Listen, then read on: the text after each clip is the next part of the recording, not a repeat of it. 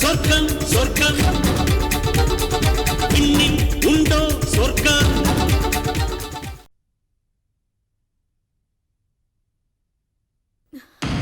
நில்லுங்க. உங்க பைக் எங்க? பைக்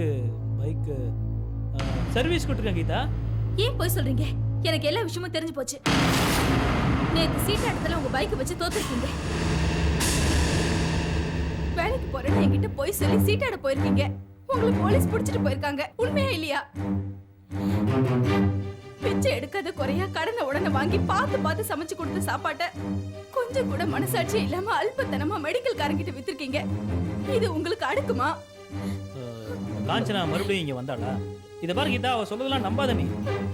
ஓஹோ, உங்களை மட்டும் நம்பி மோசம் போனது போதுன்றீங்களா? அவங்க வந்து சொன்னப்ப கூட நான் நம்பல. ஆனா அதே விஷயத்த எங்க அப்பா வந்து சொன்னப்பதான் எனக்கு புரிஞ்சது. அப்பா கூட என் மேல இருக்கிற கோவத்துல அப்படி சொல்லிருக்கலாம்ல. அது எப்படி ரெண்டு பேரும் ஒரே பொய்ய சொல்லுவாங்க? எங்க அப்பா பணத்தாசு பிடிச்சவர் தான், ஆனா பொய் சொல்ல மாட்டாரு. அப்ப கூட நான் உங்களை விட்டு கொடுக்காம தான் பேசினேன் தெரியுமா? ஆனா நீங்க தான் என்ன ரொம்ப நாளாவே ஏமாத்திட்டு வந்திருக்கீங்க. கீதா பேசாதீங்க.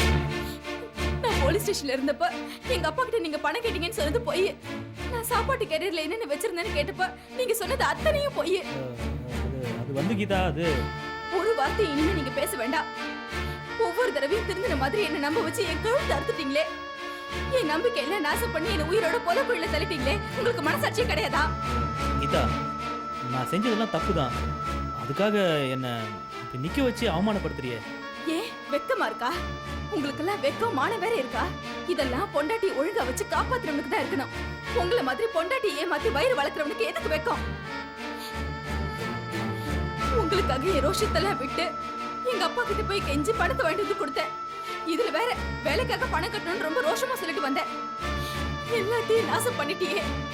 நீ எல்லாம் ஒரு மனுஷனா? எதுக்குமே உருப்படாத உதவாக்குற.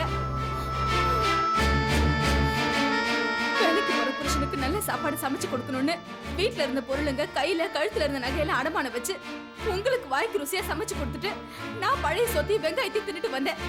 எனக்கு இப்படி ஒரு துரோகத்தை பண்ணிட்டு வந்து நிக்கிறியே. உன் புத்தி ஏன் இப்படி போகுது? சரி, உன்கிட்ட எல்லாம் புலம்பி பிரயோஜனமே இல்ல. இனிமே நீ பழைய கீதாவை பார்க்க போறது இல்ல. இன்னில இருந்து பார்க்க போற கீதாவே வேற. வேணா கீதா, நீ அவசரப்பட்டு பழையபடி ஹாஸ்டலுக்கே போயிடாத. நான் எதுக்காக ஹாஸ்டலுக்கு போகணும்? உங்களுக்கு தான் இனிமே இந்த வீட்டுல இடம் இல்ல. கீதா, என்ன பேசுற நீ? என்னைக்கு திங்கிற சொத்துக்கு சொந்தமா சம்பாத்தியம் பண்ணி கொண்டு வந்து கொடுக்குறீங்களோ அன்னைக்குதான் உங்களுக்கு இந்த வீட்டுல இடம். 10 ரூபாய்க்கு சாப்பாட்டை வித்தீங்கல்ல. இனிமே பசிக்கு ஒரு பருக்கு கூட கிடைக்காம பைப்பு தண்ணியை குடிச்சிட்டு இருந்தாதான் உனக்கு அறிவு வரும். போ வெளியே. கீதா, போ வெளியே. கீதா சொல்றேன். கீதா, கீதா நான் சொல்றேன் கீதா. கீதா, கீதா, கீதா கனவு கரகிதா. கீதா, கீதா, கீதா, கனவு கரகிதா. ஏய், கீதா, கீதா.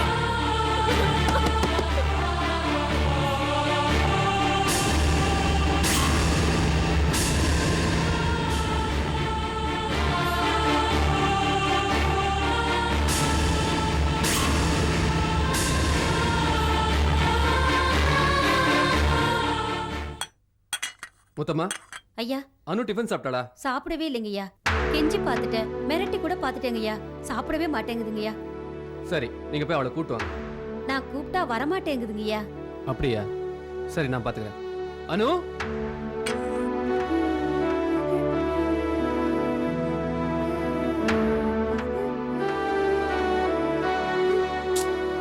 அனு, இங்க உட்காந்து என்னப்பா பண்ற? வா, சாப்பாடு சாப்பிடலாம். முத்தமா உனக்கு பிடிச்ச ஸ்வீட்லாம் வாங்கி வச்சிருக்காங்க, வா. சாப்பாடுல எனக்கு ஒன்றும் தேவையில்லை, நான் வரமாட்டேன். அப்படிலாம் சொல்லக்கூடாது. சரி, அப்பாவே உனக்கு ஊட்டி விடுறேன், ஓகே? எனக்கு டீச்சர் அம்மா வந்தாதான் எனக்கு ஊட்டி விடுவாங்க.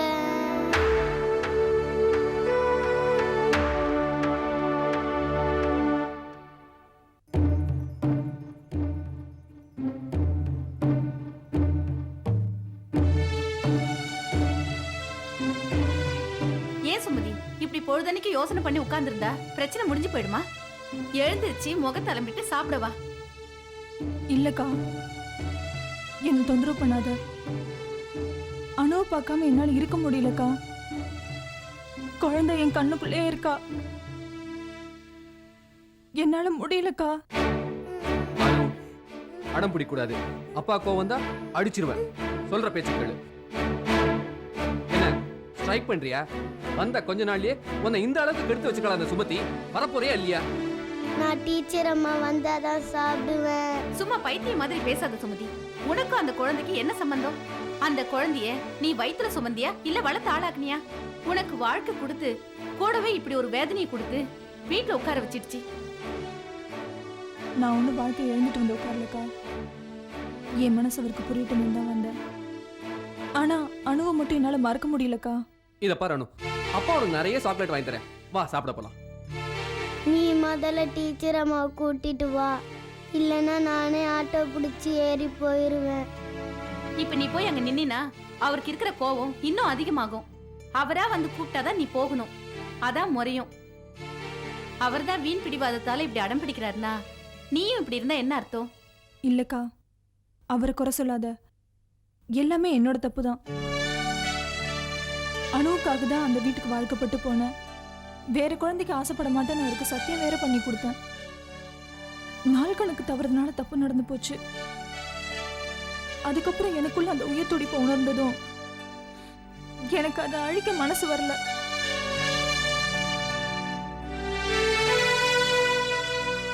ஏற்கனவே காஞ்சனா குடும்பத்துக்கும் அவர் குடும்பத்துக்கும் பகை. நான் காஞ்சனா சொல்லிதான் வேணும்னே கர்ப்பமான, அதனாலதான் அதை அழிக்க மறுக்கிறேன்னு அவர் என்ன தப்பா நினைக்கிறாரு. எனக்கு அது கூட பெருசா தெரியலக்கா. நான் குழந்தை பெத்துக்கு ஆசைப்படுறதே அவங்க சொத்துக்காக தான் சொல்றாரு. அதுதான் என்னால தாங்கிக்க முடியல. அவர் மனசு மாறி வரும்போது வரட்டும்.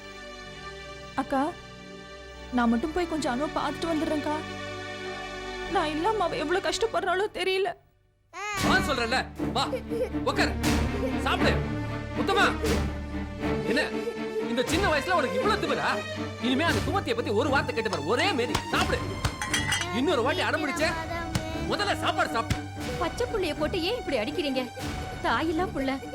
இந்நேரம் பெரியவர் இருந்திருந்தா துடிச்சு போயிருப்பாரு. ஆமா, அந்த சுமதியம்மா கள்ளக்கபடம் இல்லாதவங்க, ரொம்ப நல்லவங்க. முடிவா சொல்ற சுமதி. நிச்சயமா நீ அந்த வீட்டுல போய் வாழதான் போற. ஆனா அனுமேல இருக்கிற பாசத்தை கொஞ்சம் மறந்துரு. மாப்பிள்ளையா சமாதானம் ஆகுற வரைக்கும் நீ அங்க போக வேண்டாம். நீ போகணும் முடிவெடுத்தினா உன் வயித்துல வளர்ற குழந்தைய பெத்து என்கிட்ட கொடுத்துரு, நான் வளர்த்துக்கிறேன். சரி, சாப்பாடு எடுத்து வைக்கிறேன், வா.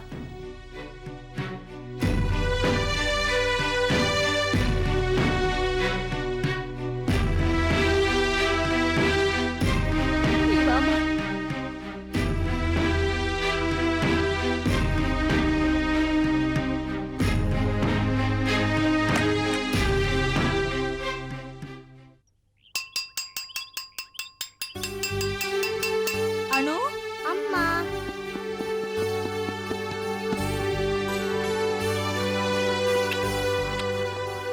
எப்படிம்மா இருக்க?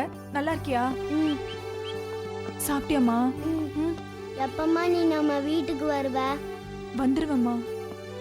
இல்லைன்னா என்னையும் வீட்டுக்கு கூட்டிட்டு போ. அப்பாவும் தாத்தாவும் உன்னை பார்க்காம இருக்க மாட்டாங்களேம்மா. ஆனா நான் உன்னைய பார்க்காம இருக்க மாட்டேனே. அணுக்கு ரொம்ப பிடிச்ச ஸ்வீட் வாங்கி வந்திருக்கேன், சாப்பிடு. எனக்கு இதெல்லாம் வேணாம், எனக்கு நீ தான் வேணும். அம்மா வாங்கிட்டு வந்திருக்கேன்ல, சாப்பிடு. நீ என்னைய விட்டுட்டு எங்கேயும் போயிடாதம்மா. போக மாட்டேன். ஏய், இந்த மாதிரி திருட்டுத்தனமா என் குழந்தைய பாக்குற வேலையை வச்சுக்காத. தொலைச்சிருவன் தொலைச்சு. நான் வரமாட்டேன், இது வேற. நான் அம்மாவோட தான் இருப்பேன். வான்றல்ல, அப்பா, வீடுங்கன்னு சொல்றேன்ல. விடு, வா நட. அம்மா, அம்மா, வான்றல்ல. அப்பா, நான் அம்மாவோட தான் இருப்பேன். அப்பா, ஏறு, ஏற வேண்டியது. என்னங்க, குழந்தை அடிக்காதீங்க. இனிமே அம்மான்னு சொல்லி பாரு, உன்னை என்ன பண்ற? குழந்தை அடிக்காதீங்கங்க. ஏய், ஓடி.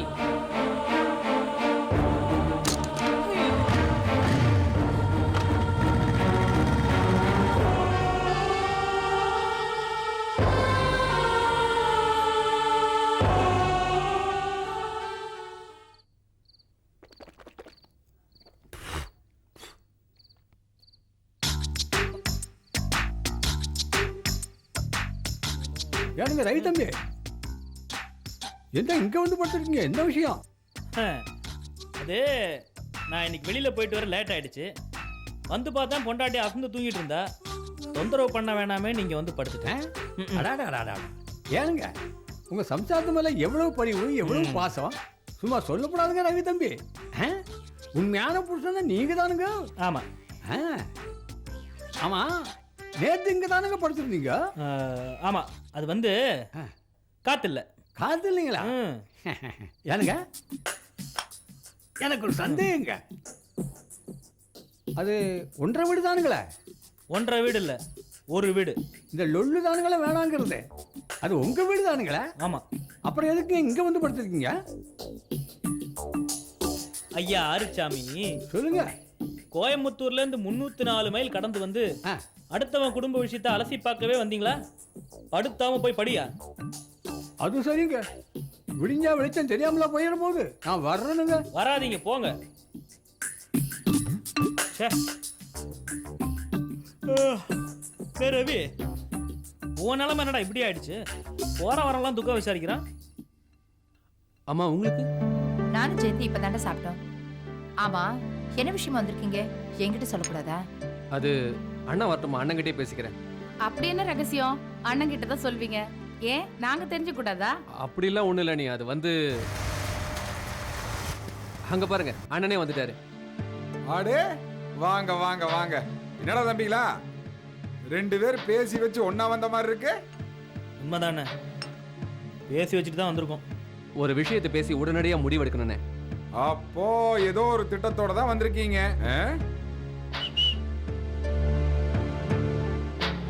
என்ன உஷுஷு? நான் என்ன ஆடா மாடா? எங்க அப்பா அம்மா எனக்கு ஜெயந்தின்னு பேர் வச்சிருக்காங்க. பேர் சொல்லி கூப்பிடுங்க. அதான் வருஷம் பூரா சொல்லிட்டு இருக்கேன்ல போடி. சொல்லுங்கடா தம்பி, உங்க திட்டம் என்ன? நானும் என்கிட்ட சொல்லுங்கடான்னு எவ்வளவு கேட்டு பார்த்தேன். அண்ணன் வரட்டும் சொல்றேன்னு உக்காந்துட்டு இருக்கானுங்க. அது வேற ஒண்ணும் இல்ல, தம்பிலுக்கு என் மேல அப்படி ஒரு பாசம். சொல்றா தம்பி, என்ன விசேஷம்? அண்ணே, நான் வேலைக்கு போகாம வெட்டியா சுத்திட்டு இருக்கிறதுனால என் பொண்டாட்டி என்ன வெளியே தள்ளி கதவு சாத்திட்டா. அதான் எல்லாத்துக்கும் தெரிஞ்ச விஷயம் தானே, மேல சொல்றா. இதுக்கப்புறம் நான் சம்பாதிக்காம இருந்து அவளை காப்பாத்தாம இருந்தேன்னு வைங்களேன், அவ என்ன டைவர்ஸ் பண்ணிட்டு இன்னொருத்தனை கல்யாணம் பண்ணாலும் ஆச்சரியப்படுறதுக்கு இல்ல. இதை சொல்றதுக்காக தான் நீங்க வந்தீங்களா? இது மட்டும் இல்லண்ணே, ராமு ஏதோ உங்ககிட்ட முக்கியமான விஷயம் சொல்லணுமா? அதுக்கப்புறம் நான் சொல்றேன். வேண்டா, நான் என்ன இங்க புகார் பெட்டியை வச்சிருக்கிறேன். உங்க குறைகளை எல்லாம் சொல்ல. எங்க குறைகளை மட்டும் சொல்லிட்டு போக வரலண்ணே. என்ன? என் மாமனார் என்ன வீட்டை விட்டு வெளியில அமிச்சிட்டாரு. அப்ப மறுபடியும் லாட்ஜிலேயே இருக்க? அட நான் பழைய கதையை சொல்றேண்ணே. ஓஹோ. எப்படியோ சமாதானமாயி எனக்கு ஒரு கல்யாணத்தை பண்ணி வச்சாரு. வந்தவளால ஏகப்பட்ட பிரச்சனை. அவ காஞ்சனாவோட ஆளு, அது உனக்கு நல்லாவே தெரியும். மாமனார் அந்த சுமதிய தன் மகன் சொல்லும்போது எனக்கு பக்கு பக்குங்குதுனே. அவளை வீட்டுல வச்சுட்டு என்ன வெளியில அனுப்பினாலும் ஆச்சரியப்படுறதுக்கு ஒண்ணு இல்ல. அப்புறம் மறுபடியும் நான் அந்த லாட்ஜ் வாழ்க்கை தான் வாழ்ந்தாகணும். நம்ம குடும்பத்தை அந்த கடவுள் ஏன் எப்படி சோதிக்கிறாருன்னு தெரியலையே. பிரச்சனை மேல பிரச்சனையா வந்துட்டே இருக்கே. சரிம்மா, ஆளாளுக்கு 1.5 அளவுக்கு குற்றப்பத்திரிக்கை வாசிச்சா என் கசத்து நான் எங்க போய் சொல்றது? அந்த காஞ்சனா என்னைக்கு எனக்கு பாதி சம்பளம் போட்டாலும் அன்னையில இருந்து என் பொழப்பு கடன் தொலைல ஓடுது. கடனை சமாளிக்கிறதுக்கு அந்த ஆண்டவரை கிட்ட கந்து வட்டிக்கு பணம் வாங்கினேன். அவன் என்னன்னா ஒண்ணு பத்திரத்தை கூட இல்ல பணத்தை கொடுங்குறான். என் பொழப்பு எங்க போய் சொல்ல? அதனாலதான் சொல்றோம், இனிமே உன்னை நம்பி எங்களால காலத்தை வீணடிக்க முடியாது. ஏன்னா ஒன்னால காஞ்சனாட்டேந்து எந்த காலத்திலயும் அந்த பத்திரத்தை வாங்கவே முடியாது. இது வரைக்கும் நீயும் என்னென்னமோ படி பார்த்துட்ட. அந்த காஞ்சனா உன்னால் ஜெயிக்க முடிஞ்சதா சொல்லு. ரவி, டேய் என்னடா பேசுறீங்க? அவன் தான் என்ன பண்ணுவா? அந்த கடங்காரி தான் ஒழியவே மாட்டேங்கிறாளே. அம்மா, முதல்ல நாங்க பேசிக்கிறோம், அப்புறம் உங்ககிட்ட சொல்றோம். இவ்வளவு நேரம் அமைதியா தானே இருந்த, அப்படியே இரு.